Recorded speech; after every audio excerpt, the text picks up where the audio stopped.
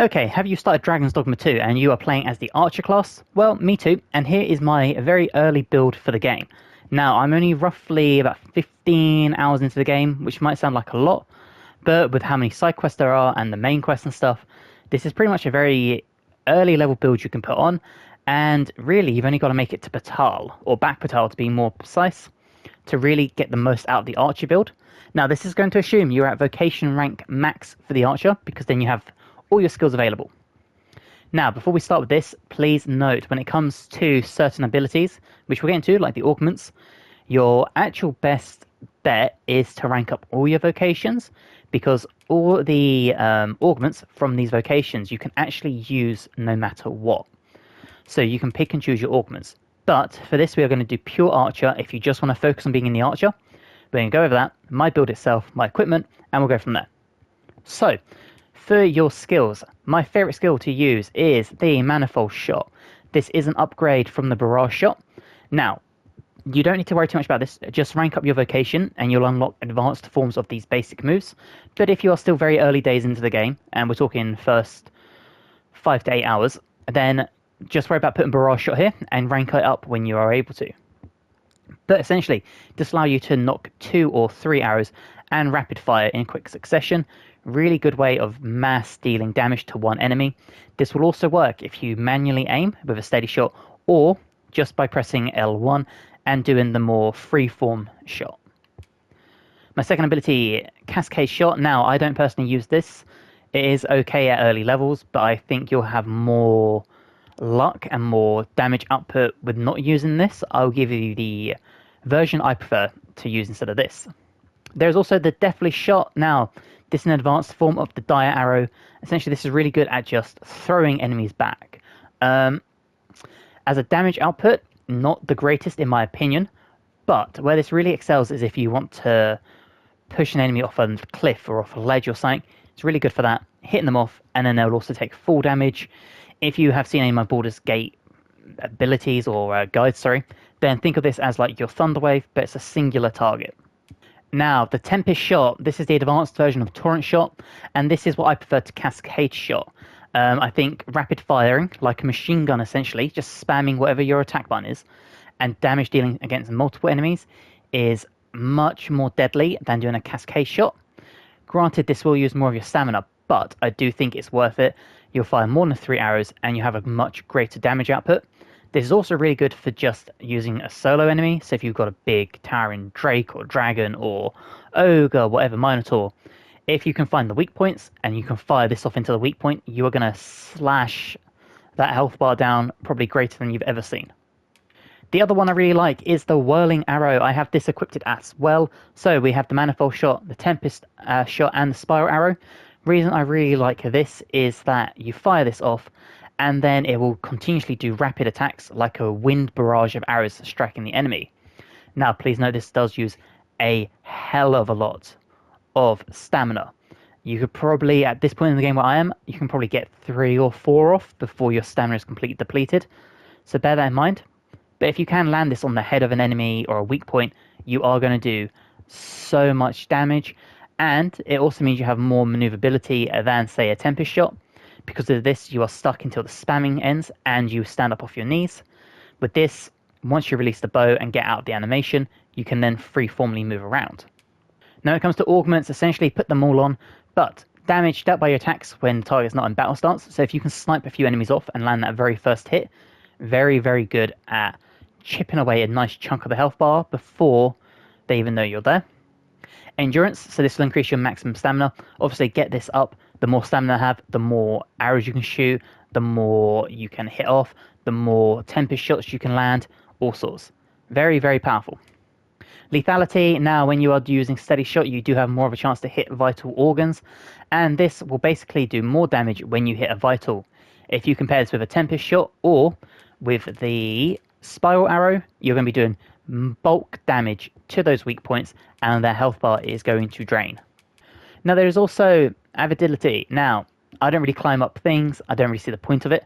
You end up just getting flown around, and I think it's much more damage output from using your Tempest Shots and that stuff than climbing an enemy and then stabbing them with your arrows.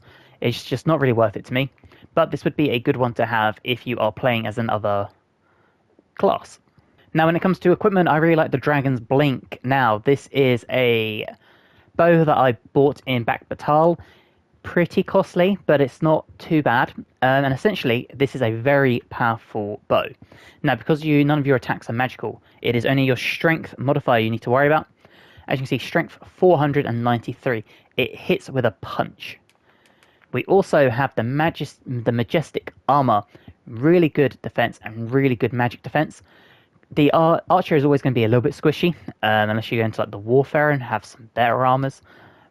But nice defense, and being able to have that knockdown resistance as 106 and the magic defense, it is a nice way of negating some damage, but that doesn't mean you're invincible. You could still easily get 2 or 3 shot, especially if you get stuck in an enemy's animation. I'm also using the Miner's Hosen, very light trousers to put on, really good elemental resistances, +1/+1, so you do get a little bit. Decent defense and decent magic defense for what they are, but they are lightweight. Now, I don't use a helmet because I'm trying to save the weight for my stamina, and same thing with the cloak. You don't have to use a cloak. I pretty much just use this for the aesthetics. Not really necessary. If you want to take this off, you will save yourself some weight. Now for rings, I really like the Ring of Exaltation, a ring imbued with this power, slightly boosts maximum health. This is really handy because if you can boost it far enough, you could potentially take one more hit and that could be what you need to survive. So, really good ring. I also like the Ring of Proximity, a ring imbued with power, offers a greater boost to strength of bow attacks closer the wearer is to the target. Now, ideally as the archer, you do not want to be close to the enemy, but if you happen to have them closing on you, not only will you do more damage, but if an enemy falls, for example, and their weak point or their vitals are exposed, getting in close, hitting those Tempest shots, hitting those Whirling shots are going to do much more damage. Your other option is the Ring of Benevolence. After a large loss of health, the wearer recovers health slowly for a limited time. I don't think the health recuperated is worth it.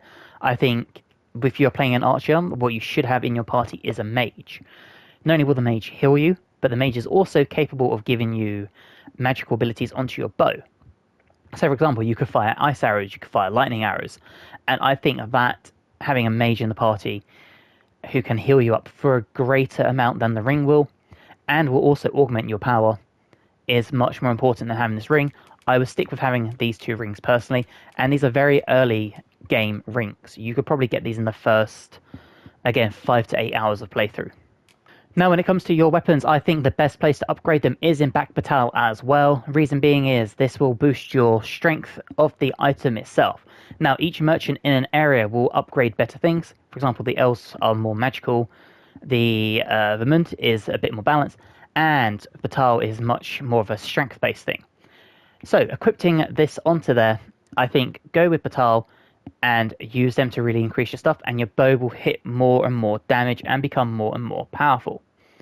That would be the way I would treat this. And then when it comes to your party composition, my preferred party for a archer is having a fighter. This will be the tank of the party. They can draw aggro because the amount of damage you are going to be outpouring, there is a good chance you will pull aggro, especially on the bigger enemies when you hit their vitals. So having a fighter who can draw the aggro with their shield bash, really good stuff. As I said, I also think it's imperative to have a mage. Now, mages are really good at, again, healing and imbuing your stuff with power, and because they are going to be a backline person, they're probably going to be near to you, so if you take damage, they're going to be right there to heal you up. And then for the last one, I split between 2. I either like having a warrior or a thief. Now, obviously, you can have whatever party composition you want, but I think a thief is really good as a DPS at the front. So if anyone is going to draw aggro from doing damage, it should be them, hopefully, because they're closer. And then hopefully your fighter can take the aggro itself. Or the warrior. The warrior vocation really good at hitting things really hard with a 2-handed weapon. In my experience, the pawns are a little slow, so bear that in mind. You might only get maybe 1 or 2 hits off per enemy, especially smaller enemies. But they do look cool, so aesthetically, why not? And I do think for that damage output, if you can get them to solo an enemy, they will be able to take them off while you pick away at everyone else. And essentially that is the pure archer build to go for an early level. Now we will be going over more and more of this as we progress through the game. We're also going to look at how to build an archer using the augments of other places. But if you're new to Dragon's Dogma, or if you just want a very simplistic playstyle, then this is the build for you. If you have enjoyed, please drop the episode a like, it helps me amazingly. If you're new and you're not subscribed, I'd like to, that would also be amazing, and hopefully I'll see you guys in the next one. Bye guys.